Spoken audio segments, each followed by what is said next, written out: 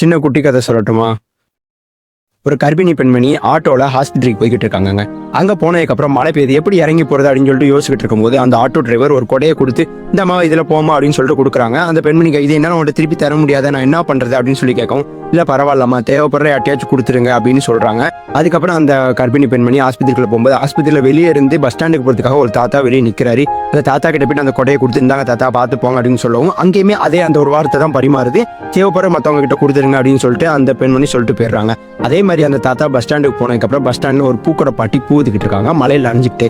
So அவங்களுக்கு அந்த கொடை தேவைப்படும் அப்படின்னு சொல்லிட்டு அந்த தாத்தா அந்த கொடையை அந்த பாட்டிக்கிட்ட போய் கொடுக்குறாங்க. அந்த பாட்டியும் அதை வாங்கிக்கிறாங்க. அதே மாதிரி அந்த வார்த்தையுமே அங்கே பரிமாறப்படுகிறது, தேவைப்படுற யார்ட்டையாச்சும் அந்த கொடையை கொடுத்துருங்க அப்படின்னு சொல்லிட்டு அந்த தாத்தா அந்த பாட்டிக்கிட்ட சொல்லிட்டு போயிடுறாங்க. அந்த பாட்டி கடைசியில் எல்லா வியாபாரமும் முடிச்சுட்டு சாயந்தரமா வீட்டுக்கு போய்கிட்டு இருக்கும்போது அங்கே ஒரு மலையில் ஒரு குட்டி புள்ள அதாவது ஸ்கூல் முடிச்சு மலையில் நினைஞ்சிக்கிட்டே போய்கிட்டு இருக்கிறத அந்த பாட்டி பார்க்குறாங்க. பார்த்ததுக்கப்புறம் அந்த குட்டி பிள்ளைகிட்ட போயிட்டு அந்த கொடையை கொடுத்து இந்தாப்பா பொண்ணு பார்த்து போப்பா வீட்டுக்கு அப்படின்னு சொல்லிட்டு கொடுத்துட்றாங்க.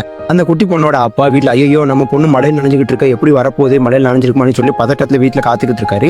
அந்த பொண்ணு கொடையில சேஃபாக வீடு போய் சேருது. வீட்டுக்கு போய் சேர்ந்ததுக்கு அப்புறம் தான் தெரியுது அந்த ஆட்டோ டிரைவர் தான் அந்த பொண்ணோட அப்பா. அதாவது மாரல் ஆஃப் த ஸ்டோரி, கர்மாஸ்த பூமராங்க அப்படின்னு சொல்லிட்டு கேள்விப்பட்டிருப்போம். அது கெட்ட விஷயத்துல மட்டும் கிடையாது, நல்ல விஷயங்கள்லையும் கூட தான். குட்டி ஸ்டோரி யார் சொன்னாங்க அப்படின்னு தெரிஞ்சிருந்தா இல்லை கமெண்ட்ல சொல்லுங்க.